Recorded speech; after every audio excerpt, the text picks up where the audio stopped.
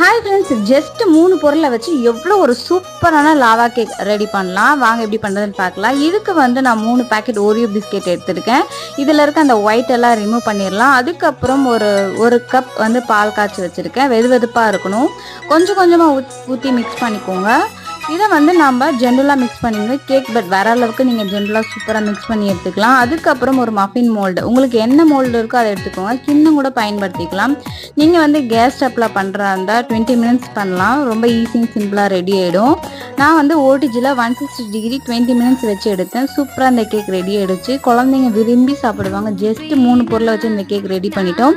உள்ளே வந்து dark chocolate வச்சுட்டு இந்த கேக்கை வந்து நான் ஓடிஜியில் வச்சாச்சு. சூப்பராக ரெடி ஆகிடுச்சு. குழந்தைங்களுக்கு ரொம்ப பிடிக்கும். கண்டிப்பாக ட்ரை பண்ணி பாருங்கள். இந்த வீடியோ பிடிச்சிருந்தா மறக்காமல் சப்ஸ்கிரைப் பண்ணிக்கோங்க. நம்ம நெக்ஸ்ட் வீடியோவில் பார்க்கலாம்.